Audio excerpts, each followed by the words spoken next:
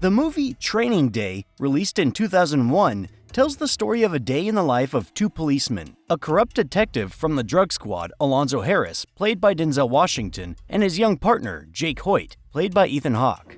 Shooting in broad daylight, beating up witnesses, using and inducing the use of drugs. Just an incomplete list of offenses that in one day, not even a whole day, Denzel Washington's character managed to do.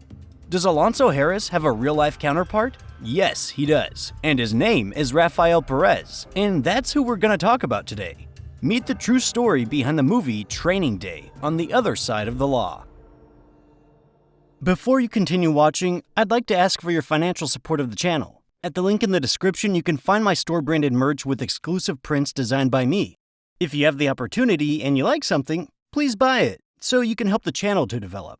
Thank you in advance, and enjoy your viewing! In the late 1970s and early 1980s, the streets of Los Angeles were troubled.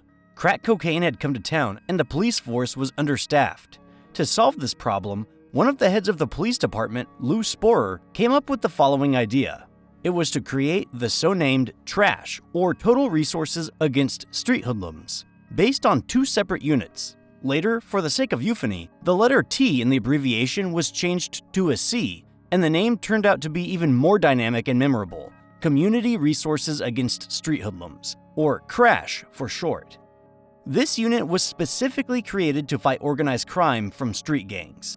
It just so happened that the formation of the unit coincided with the war on drugs declared by the then President of the United States, Nixon, and continued by Reagan.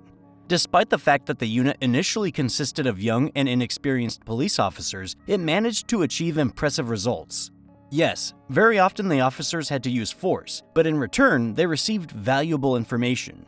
They knew the names and nicknames of gang members, their home addresses, and the brands of cars they drove. As one of the squad's officers later recalled, we even tried to find out their parents' addresses, because when the heat started, they would go home to their mom. The unit was supposed to cleanse Los Angeles of criminal elements in the run-up to the 1984 Summer Olympics. It consisted of about 300 officers. The unit worked mainly in neighborhoods just west of downtown Los Angeles, which were predominantly Hispanic. In the 1980s, it was one of the busiest units, because at the time, that area was experiencing an increase in violent crime involving gangs, drug trafficking, and guns. And since CRASH was heavily funded by the LAPD, these guys were not shy of their funds. Their squad was armed with assault rifles and even a special battering ram, which, according to eyewitnesses, looked more like a tank, only with a spear instead of a cannon. Leading up to the Olympics, the LAPD was able to clean up all the slums of the city so that no one would dare to spoil the sports festivities for visitors from around the world. The mayor of Los Angeles was so delighted with the results of the department's work that he decided to extend the previously announced Olympic mode of operation for several more years. This in turn meant new funding. The squad justified the money invested in it. Thus, as a result of Operation Hammer, which took place in April 1988, more than 400 people were arrested in one weekend alone. However, the public was divided in their assessments. If some praised the police force for finally sweeping up the dirt, there were those who accused the cops of racism. In their view, the police mostly arrested young African Americans and Hispanics. However, the chief of the Los Angeles Police Department, Daryl Gates, was quite pleased with the results of the operation. On August 1, 1988, several dozen police officers conducted a large search for 4 residences, as it was suspected that drugs might be stored in them. During this raid, the homes were destroyed and their occupants were beaten. As a result, about 24 people, including children, found themselves homeless. It's noteworthy that despite all efforts, only 6 ounces, about 200 grams, of weed and only 1 ounce, or 30 grams, of cocaine were found in those houses. But the cops were very happy with that result. They weren't looking for drugs, they were leaving a message to local drug dealers that if they continued to peddle their products, such searches would become commonplace. It was around this time that the inspiration for Sergeant Alonzo joined the LAPD. Rafael Perez was born in Puerto Rico, but when he was 5 years old, his family moved to the States, where they then settled in New York City. After graduating from high school, Perez joined the Marine Corps, where he served for 4 years. After discharge in 1989, he went to serve in the LA Police Department. At this new location, Rafael managed to prove himself so well that after only 2 years, in 1991, he began working undercover in the team to combat drugs. The same undercover team where his partner, David Mack, a talented track and field athlete, at one time was even aspiring to the U.S. Olympic team. The unofficial motto of this unit was, "We intimidate those who intimidate others." However, the unit often received complaints from disadvantaged neighborhoods, but they tried to ignore them. Even the riots that took place in Los Angeles in 1992, caused by the acquittal of those police officers who participated in beating Rodney King, did not affect the reputation of the squad. On March 18, 1997, Frank Liga, a secret agent for the LAPD, was not having a good day. For some time now, he, along with his colleagues in the narcotics division, had been keeping tabs on one suspect. That day, Liga was supposed to put a stop to the operation. A drug deal was expected to take place, after which Frank would follow the suspects to the spot where they had stored the goods and finally arrest all those involved. But the operation was canceled. With nothing to do, Liga headed home. On Ventura Boulevard, while the traffic light was red, a green-colored SUV playing gangster rap came up next to Liga's car. Frank began to suspect the car and the shaven man who sat behind the wheel, looking at the cop with a threatening gaze.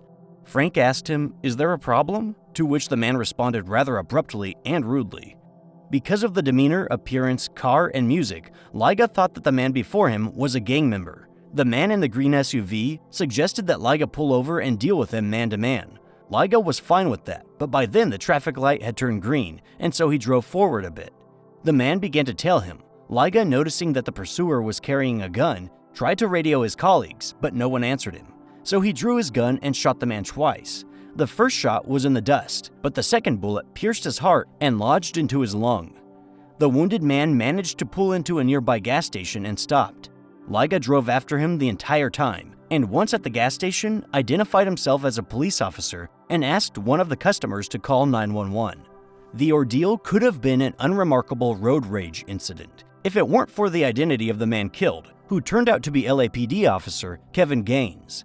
Gaines's family immediately accused Liga of shooting a man due to racial prejudice, and journalists wondered how a police officer could not control his own nerves over such a small thing as a conflict on the road. The investigation revealed some interesting details. Gaines's colleagues recalled that their murdered fellow officer was prone to aggression, and his wife had once complained that Gaines had put his hands on her. These facts led investigators to take a fresh look at the murdered man's personality, but then other, even more curious nuances came to light.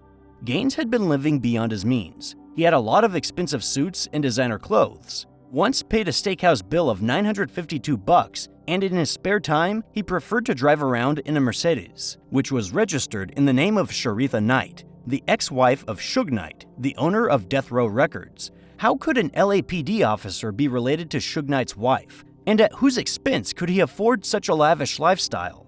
Gaines's family hired a famous attorney, Johnny Cochran, and filed a $25 million lawsuit.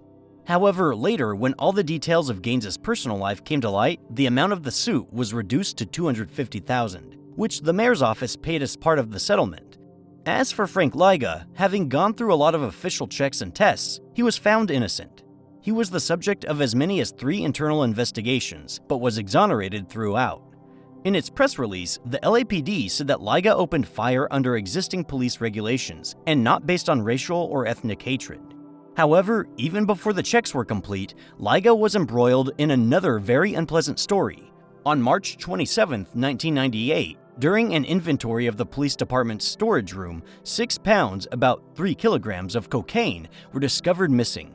Immediately, a task force was set up to conduct an internal investigation, which suspected Liga of the theft, but it was later discovered that the drugs were stolen by Rafael Perez. On November 6, 1997, a Bank of America branch in Los Angeles was robbed. The robbers managed to pull in a catch in the form of $722,000, which had been delivered to the branch just 10 minutes before the criminals got there. The detectives investigating the case, of course, took notice. It looked as if someone had warned the robbers in advance about when there would be a lot of money in the branch. The lawmen decided to concentrate on checking the personal files of all bank employees, and after a month, they came upon the assistant manager, Erilyn Romero, who knew the exact time of arrival of the money. When questioned, she confessed to the officers that the organizer of the robbery was her boyfriend, LAPD officer David Mack. He was immediately arrested and charged, but David never gave the names of those who robbed the bank or said where the stolen money was located. The investigation only managed to establish that a few days after the heist, Mack went to Las Vegas, where he was seen in the company of another police officer, Rafael Perez.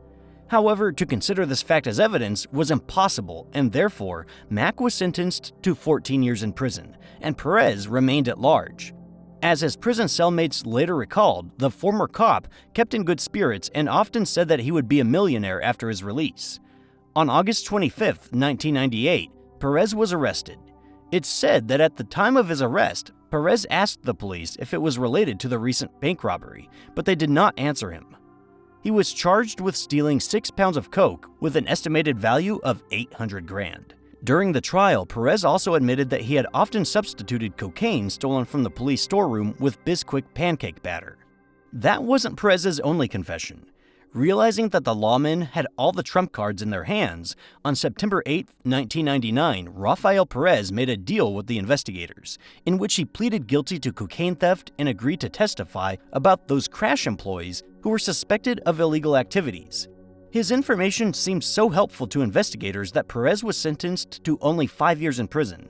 One of Perez's first accounts was how on October 12, 1996, he and a fellow officer named Nino Durden shot and wounded Javier Ovando, a member of the 18th Street Gang. Javier was shot at his home, which had been raided by police officers. The police later testified that it was Ovando who fired first, and they were forced to shoot back. The wound left Javier, who lost the ability to walk, in a wheelchair, and he was sentenced to 23 years in prison. But now, in light of new details, Ovando was released from prison in September 1999, and subsequently received $15 million in compensation. This story was far from the only one investigators heard from Perez. Over the next few months, he met with investigators more than 50 times, and his affidavit took up to more than 4,000 pages. During the court sessions, Perez talked a lot about being intoxicated by power and losing his understanding of the line between right and wrong. From the outside, it could seem that Rafael skillfully manipulated the process, pointing out those points that were favorable first and foremost to him. Perez turned in everyone he could think of. He described how his fellow officers planted evidence on suspects, falsified reports, lied under oath, or simply drank alcohol during their shifts. The total number of cops Perez believed were involved in dark deeds was about 70. Perez painted a truly gruesome picture. According to him, most of the officers in the crash squad had framed the wrong person at least once in their careers. Rafael claimed that superiors were well aware of the abuses by officers, but turned a blind eye to them. He also talked about the occasional get-togethers the squad members had. They liked to gather at the Short Stop, a bar near Dodger Stadium, to have a few drinks after one of the cops shot another gang member. Not only did the squad leadership know about these gatherings, but they would hand the shooters decks of playing cards, red if a cop wounded someone and black if he killed them. And squad members also liked to get tattoos with the crash symbol, a skull and a cowboy hat surrounded by poker cards. It also became public knowledge that in their spare time, many officers from the crash unit worked part-time in the rap industry, more precisely on the label Death Row Records. Perez, Mack, and Durden performed bodyguard duties. Moreover, their superiors were well aware of it, but paid no attention to it, including to the photos in which the cops, in their free time, flaunted wearing all red, trademark of the Bloods gang. Thus, in the middle of the noughties, there was a rumor, according to which it was crash officers Perez, Durden, and Mack that were the killers of Christopher Wallace, better known as the notorious B.I.G. This murder happened on March 9, 1997, in Los Angeles, when Wallace was returning from a party at a hotel. The car with the musician stopped at a red traffic light, after which a black Chevrolet Impala pulled up and shots rang out. It's believed that the murder of Biggie Smalls was nothing but revenge for the murder of Tupac, who was associated with Death Row Records. Everyone agreed that the murder of Smalls was done without mistakes, which made the rest of us think that the killers were very organized and skillful. And who else from Death Row could be perfect for this role, if not corrupt cops? As we said earlier, Kevin Gaines, who was killed by Frank Liga, was also closely connected with Death Row Records. Journalists immediately remembered that after his death, a Death Row Records Greatest Hits CD had been found in his car stereo. Perez's testimony had a bombshell effect. Eventually, more than 100 convictions were overturned, and to settle civil lawsuits from victims, the Los Angeles Treasury had to spend almost $125 million. On March 3rd of 2000, LA Police Chief Bernard Parks announced the dissolution of the squad and the formation of a new gang task force. And to investigate the acts of crash, a special commission was created, which in November of the same year prepared a report containing 72 conclusions and about 86 recommendations. The commission's conclusions, however, were not new. According to police and legal experts, officers should be more closely supervised in order to prevent such a situation from happening again.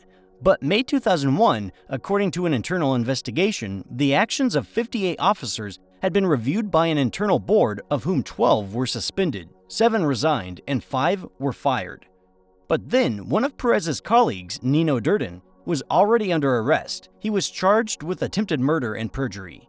Durden eventually pleaded guilty to all charges and was sentenced to 5 years in prison. Concurrently, he received another 3 years for civil rights violations and illegal possession of a firearm. Rumor has it that he owed such a short sentence due to the fact that he told the investigation what Perez was doing. Nino was released on parole in the spring of 2005. Perez was released in June 2004. He left Los Angeles, divorced his wife, and currently works as a limousine driver. Afterward, director Antoine Fuqua recalled that although at the time of filming the case of corruption in the crash unit was still under investigation, he was already clear about its scope. According to him, Denzel Washington, who had thoroughly prepared for his role in the movie, looks even more intimidating in the frame than those who inspired him. Has Rafael Perez seen the movie? Probably yes. Perhaps by the end credits, he even allowed himself to smile.